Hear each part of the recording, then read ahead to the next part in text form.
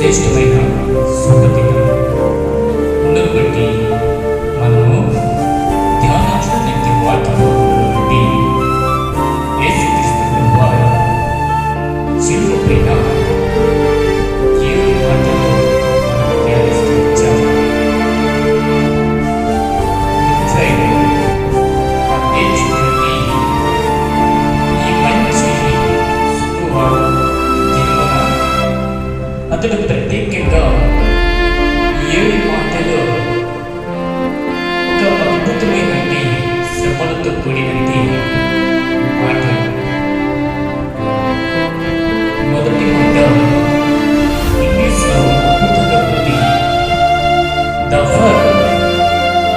forgive them, for they do not know what they are doing. ఈ మొదటి మాట యేసుక్రీస్తు వారిని వీరేం చేస్తున్నారో కనుక వీళ్ళని క్షమించు. The Lord forgive them, for they do not know what they are doing. ఇది మొదటి మాట. రెండో మాట నాతో పాటు మీరు పరదేశంలో రక్షించండి. రెండో మాట, మొదటి మాటేమో క్షమించండి, రెండో మాటేమో రక్షించండి. I tell you today you will be with me in paradise. చాలా అద్భుతమైనది మాట. మరి ఆ దొంగ అతడు క్షమాపణ క్షమించి నాతో పాటు నువ్వు పరదేశములో ఉంటే అని విత్ మీ ఇన్ పరదేశ్, తప్పకుండా నువ్వు పరదేశంలో తీసుకెళ్తాను. ఇది రెండో మాట. మూడో మాట, దేవుడు ఇతని నీ కుమారుడు యెహోవా మరికి ఒక ఆదరణగా చెప్పాడు. Dear no one here is you are not and to display how is your mother. అంటే ఇతడే యెహోవా నీ కుమారుడు. ఒక తల్లికి ఆదరణగా ఇచ్చిన నీ కుమారుని మరికి ఇచ్చాడు. ఇతడే నీ కుమారుడు అని అద్భుతంగా చెప్తూ వచ్చాడు. అయితే నాలుగో మాట, my god my home you forsaken మీ.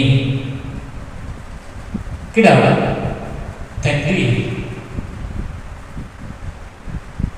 నా ఆత్మను నీకు అప్పగించుకుంటున్నా. తండ్రి నా ఆత్మను అప్పగించుకుంటున్నానని ప్రార్థిస్తున్నాను. ఫర్స్కేవ్ మీ. ఐదో మాట, ఐ హావ్ ది రెస్ట్.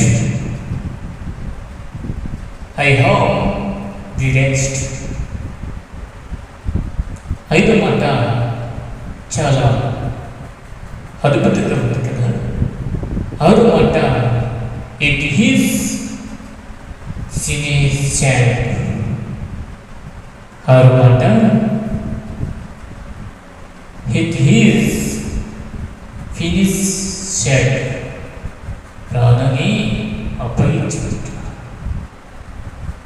తర్వాత నెరవేర్చుకున్నట్టు మాట, therefore it your hands I will commit my spirit.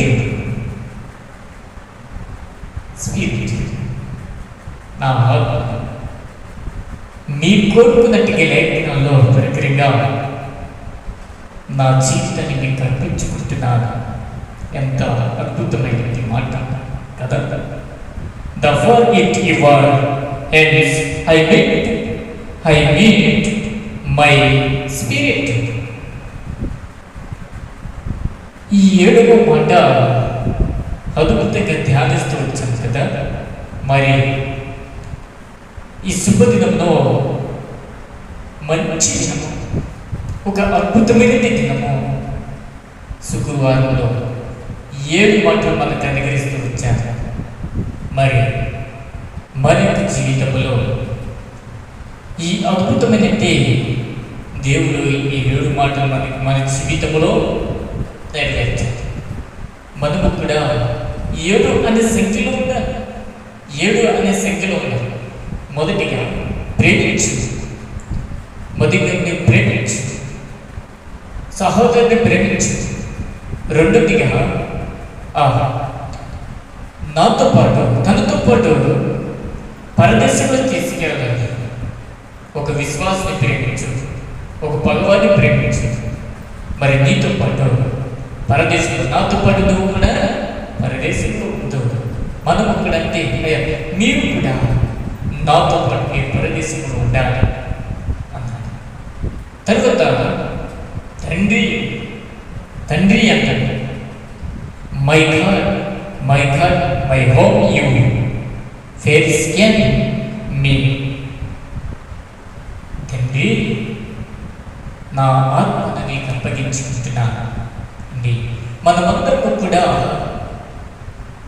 దేవుని సాక్షి, దేవునికి ఇష్టమైన రీతిగా జీవించుకోవాలి.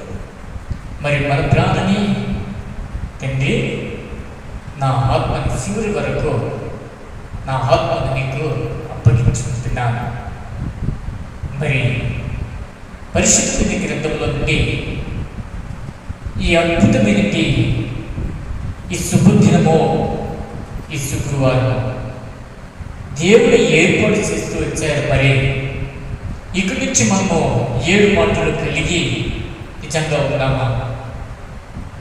మరి ప్రభు నామంలో ఈ వార్తను దీవించుకుందాం. ఆమేన్.